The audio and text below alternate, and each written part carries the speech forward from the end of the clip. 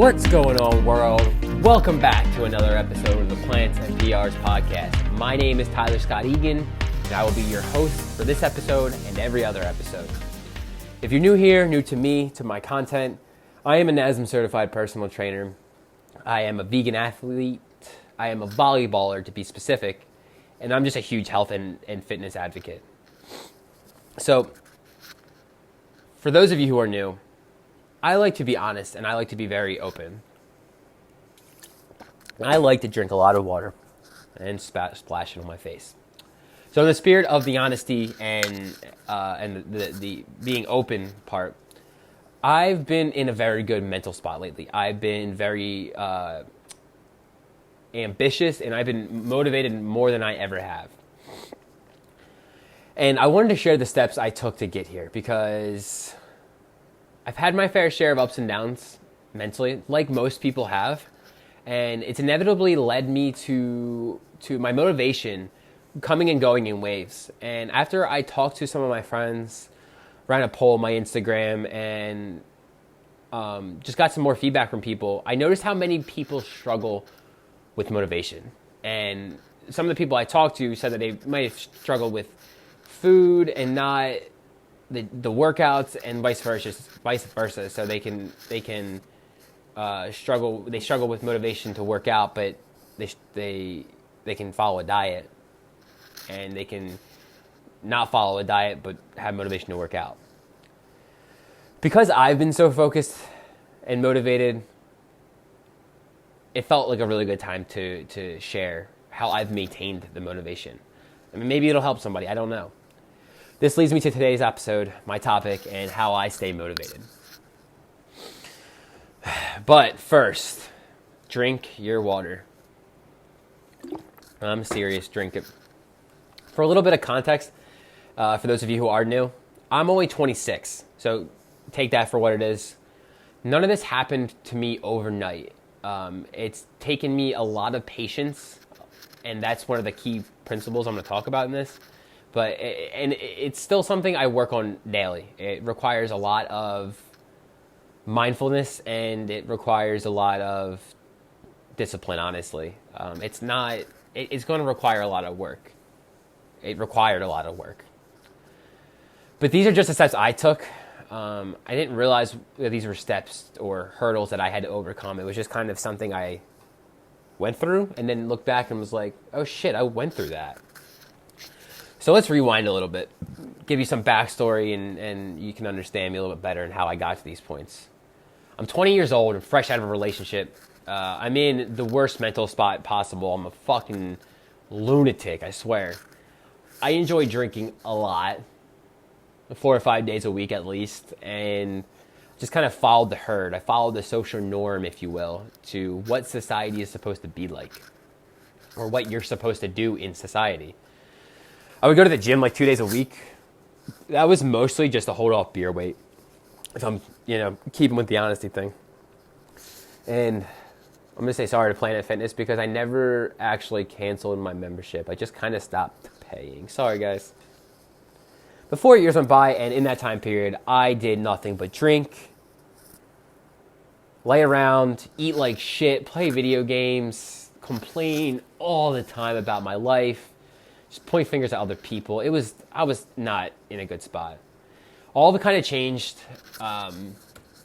when I finally grew feelings for a girl again. This is like the first girl in that 4-year window that I had feelings for. And so I decided to put myself out there. But nothing worked. Like, I couldn't get this girl's attention. Excuse me.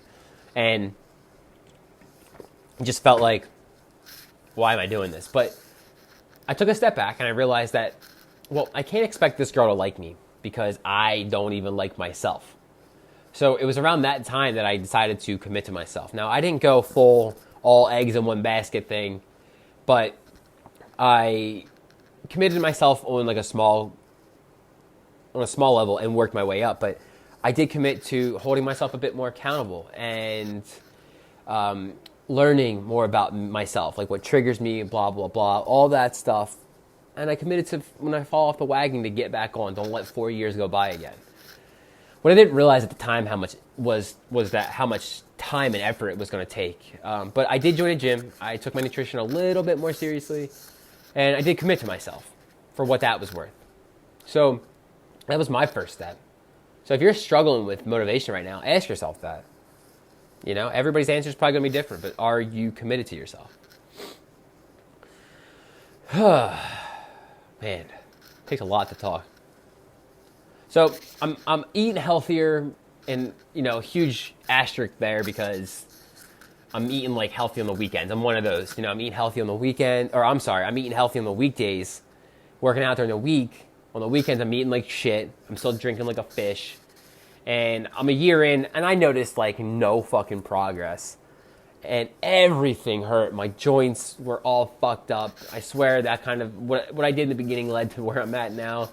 And it's so painful. But at this point, I had committed more time to my health and fitness, and my training frequency went up. I was training 3 or 4 days a week rather than like the 2 or 3. Next, I began to learn the ins and outs of training a bit more. Like I said, I was messing with training frequency a little bit. I tried different training splits, tried different modalities a little bit, tried to figure out what I was really working towards. And then I started to find corrective exercise a little bit. So that really allowed me to reshift my goal. And I don't mean, my goal of like putting on 10 more pounds of muscle. I mean my long-term goal, my goal that put me in my health and fitness journey for the long haul. And that was to become the healthiest version of myself. In the beginning, I wasn't doing it for myself, but when I made this realization, it was easier for me to realize that I was doing it for myself. In the beginning, I wasn't doing it for myself, but now I knew I was. So that was my second step, and that was to define my long-term goal, my big goal, and to do it for myself. You can have other goals along the way. Like, I want to be the healthiest version of myself, right? But I still wouldn't put on 10 pounds of muscle. And, I would still try to do powerlifting and bodybuilding and strongman. I want to try it all. You know what I mean? We can have small goals, but, know what you're doing it for in the bigger picture. This helped me propel myself forward like crazy. I realized why I was doing everything, and it made it a lot more sustainable. Because what happens when let's say you have a goal of losing 100 pounds and fitting in your wedding dress in 2 years. I don't know, it's the first thing that popped up.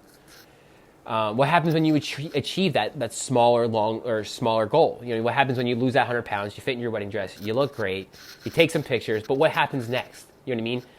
In my personal opinion, and what worked best for me, you got to make it long term, and I had to make it about myself. See the bigger picture, see your end goal, and how I wanted to feel. Does that make sense? I don't think I'm alone when I said I followed the herd. What I mean by herd, what I mean by, this following the social norms, I did what everybody's supposed to do. I found a job that had decent benefits I could grow in. I tried the college thing like 6 times. None of it really worked for me. I noticed that I couldn't follow that stuff. Because what it led to was that I thought I had to do things a certain way. And I started to realize that I was forcing my goals around other people's thoughts and opinions on what I should be doing or on me. You know what I mean? I was so focused on what other people may think that I wasn't focused on my long-term goal. So set your goal and do it for you. You know what I mean? It's knowing what I'm fighting for every day has made a huge difference. I can't emphasize that enough. Anyway, back to my story. Another year goes by, and I'm enjoying training a lot more. I start learning even more about the body, training, how to function, how the body should function a lot better, more about proper movement. So I decided to get into personal training, and I owe a lot of that to my ex-girlfriend because she influenced me a lot. She was already a personal trainer. And at this time, I'm drinking less, I'm eating way better, slowly but surely seeing the gains, the progress, and I was getting hype. But I still missed something, you know what I mean? I eventually took on a second job, and it forced me to apply a lot more structure to my schedule. But even at this point, I'm still missing. There's still something missing. I still wasn't where I wanted to be aesthetically, strength-wise. I decided maybe I should try to start new things. What I was doing wasn't working. So I thought about powerlifting and I decided to look into it a little bit more. But in the grand scheme of things, it probably set me back like 10 times. I don't know. Because at this point, with the powerlifting style training I had implemented, my back was starting to get fucked up. My ankles were jacked. My shoulders were getting better, but they were still messed up. So I decided to start seeing a physical therapist. And I originally just went for my shoulder and my ankle, my one shoulder, my one ankle. But it just didn't really work out. And I think I don't know if it was the physical therapist now. I think it was more of me. I was just a bad patient. I didn't give it enough of a shot. So 6 months goes by, and I'm still kind of doing the powerlifting style training. I'm focused more on the big three, hitting heavy, high intensity weights with lower reps. Just trying to build up my 1 rep max, see if maybe powerlifting would be something I would enjoy. And like I said, in the grand scheme of things, this set me back so much more. After all this style of training, I had to go see another physical therapist. My back was so fucked up. And it forced me to take a huge step back. Like a giant step back. I had to completely reevaluate my training and how I was doing it. And focus again on the bigger picture. Because I think I was starting to lose sight of it again. And this required me to hold myself accountable. Which was my third step. I'm going to stop. Which was my third step in all of this. I had to hold myself accountable and reevaluate things if necessary. So because I was so focused on just getting strong, I was neglecting the fact that I wanted to be the healthiest version of myself. And because of that, I had to reel myself back in. I had to hold myself accountable and figure out what to do next. I had to check myself, and honestly, it's that simple, but it's not that simple. I wasn't letting myself make excuses for my training and stuff like that anymore. Nobody else was going to hold my hand, and none of us should ever expect that. So this was back in November 2019. So now we're within 6 months ago, I think. Physical therapy was going fucking well. I was making huge strides. January was good. My training was okay. I wasn't doing anything crazy, but by end of February, I could actually start deadlifting again. I was getting pumped. I was so excited about that. It felt good. I made a post about it on my Instagram when this happened because I did a couple sets at 225. It moved so well. My back felt great. But while I was still rehabbing the injury, I didn't want to push my luck. So I decided maybe I would take a stab at bodybuilding. I began talking to a coach, and I was getting really hyped for it. I liked the guy a lot. I liked the coach a lot. I thought bodybuilding could potentially help my career. It could get me some exposure, and it could maybe get my name out there. So I really wanted to commit to it. About a month and a half in, I realized it was really, really bad timing for me. I'll make a game. How many times I stopped to drink water? Yeah, it was 4.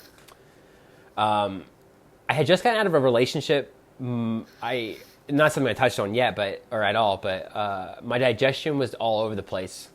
So that was starting to get better. I was finding myself less stressed out, finding better ways to manage my stress.